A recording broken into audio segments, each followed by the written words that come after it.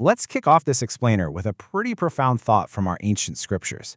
Self-preservation is the first law of nature. That quote from the Rig Veda really sets the absolute stakes for everything we're going to dive into today. Safety isn't just some modern compliance issue, it's literally our most fundamental biological imperative.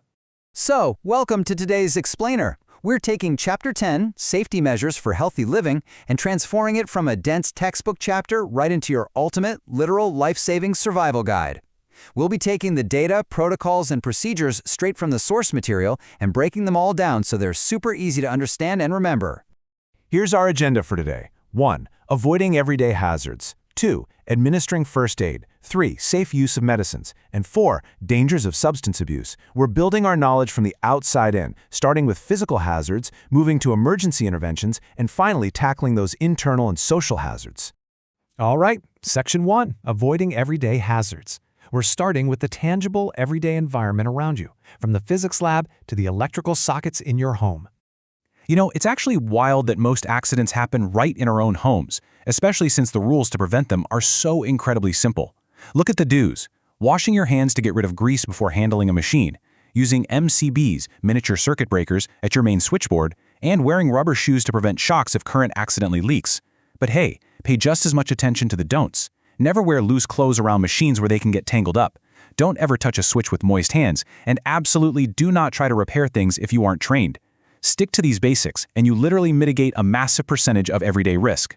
Now, when it comes to chemical hazards like insecticides, you've got to tailor your safety approach to your environment. Whether you're at home with a spray can, out on a farm, or storing grain, the protocols totally change. For household sprays, never point the nozzle toward kids and don't keep the windows closed for too long after spraying. If you're working in agriculture, you absolutely must wear dedicated protective clothing and a mask and bathe immediately after. And then there are grain tablets. These are highly toxic, downright deadly if consumed, so always tie them in a piece of cloth. That way, they can be easily and safely removed before you do things like boil rice or grind wheat. Moving on to Section 2, Administering First Aid. Let's see exactly what you need to do when preventative measures fail and a real emergency strikes. So, the most crucial point to remember here is that you are not replacing a doctor. First aid is defined as immediate, essential, and temporary care. You are simply the bridge. Your whole job is just to reduce suffering and prevent further complications. You're keeping that person stable until advanced, professional medical help finally arrives. To protect yourself and others in a super high-stress emergency, you really need to anchor this simple mnemonic into your brain. ABC. This dictates your exact order of operations during a crisis. A is for airway. Clear any blockages first. B is for breathing. Check it and provide artificial respiration if you need to. And C is for circulation, which means giving chest compressions if their heart is stopped. Now, if you're ever in a situation where someone is unconscious and not breathing, you've got to start CPR, cardiopulmonary resuscitation, within 3 minutes. That is absolutely crucial to prevent permanent brain damage. And you must strictly follow this ratio.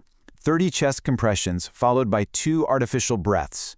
Your goal here is to manually create a heart rate of about 100 beats per minute. To get that circulation going, you want to draw an imaginary line between the person's nipples. Then, place the heel of one hand right over the center of that line. Put your other hand on top and press the breastbone down about 1.5 to 2 inches. You're essentially acting as a manual pump for their heart.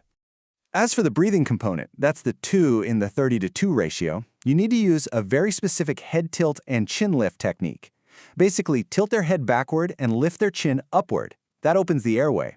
Then, pinch their nose and provide mouth-to-mouth breathing, using a handkerchief if you have one, to manually inflate their lungs.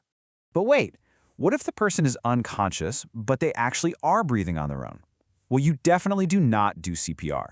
Instead, you roll them into a stabilized recovery position. You bring one arm across their chest, pull up the far knee, and gently roll them towards you. This keeps their face angled downward, ensuring their airway stays completely clear of any fluids while you wait for the medics. That brings us to a pretty fascinating pivot in our explainer. We've talked all about external physical dangers, but let's look at things that are designed specifically to help us. Things that can secretly harm us if we aren't careful. So ask yourself, when does a cure actually become a danger? Section 3. Safe use of medicines. We're shifting gears to explore internal hazards. specifically how we interact with modern biochemical treatments and medicines. Medicines affect our biochemistry in highly specific ways. And these categories break down exactly what different treatments are meant to achieve in your body. Analgesics, they reduce pain and fever. Antibodies target and weaken microbes. Supplements are there to correct nutritional deficiencies, while hormones support your body's underlying physiological functions. They're incredibly powerful tools for sure, but they are highly specific to the exact problem they are trying to solve. Because these chemicals fundamentally alter your physiology, self-medication is, quite honestly, incredibly dangerous. You must adhere strictly to a few key safety guidelines. First, only take medicines prescribed by a doctor, period. Don't go adjusting the dosage or the intervals yourself. Always check those expiry dates. Also be sure to swallow tablets with a full cup of water while standing upright. And this is critical. Always keep adult doses far away from children. All right, Section 4, Dangers of Substance Abuse. Let's transition to our final section, where the misuse of substances shifts from accidental harm to severe dependency and addiction. To really understand how substance abuse begins, the source text provides a super relatable case study. Let's look at Sohan. He's a high-performing student entering the 10th grade, and he is just terrified of disappointing his parents' high expectations.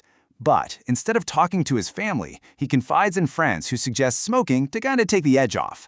Sadly, he takes their advice. What starts as just 1 or 2 cigarettes a day quietly escalates into a heavy daily habit of 6 to 10 cigarettes over the span of just 6 months. Notice how addiction rarely starts just from the chemical hook of the substance itself. It actually begins with deep social and psychological vulnerabilities. Performance stress, poor self-esteem, peer pressure, or a lack of open family support. These are the real gateways. When the media glamorizes a substance, or even when a teenager is just genuinely curious, it's those underlying emotional gaps that truly make them susceptible to addiction. But hey, there is a way out. The textbook outlines clear, actionable prevention strategies. Learning to say no assertively. That's a muscle you can train. Building up life skills and actively seeking support from your family during low times are absolutely crucial buffers. The text also strongly emphasizes that channeling your energy into positive, socially productive activities, think volunteering at a blind school or getting involved in water conservation, gives you a profound sense of purpose. It really helps build the resilience you need to avoid the trap of substance abuse altogether. As we wrap up this explainer on safety and healthy living, I want to leave you with a vital question about your own role in your community's health. The source text actually defines a true friend as someone who cares, protects, and looks after your welfare. Definitely not someone who forces you into unhealthy habits. So, looking at the people around you right now, will you be the friend who applies pressure or the one who provides support? Think about it. Thanks for hanging out with me for this explainer, and stay safe out there.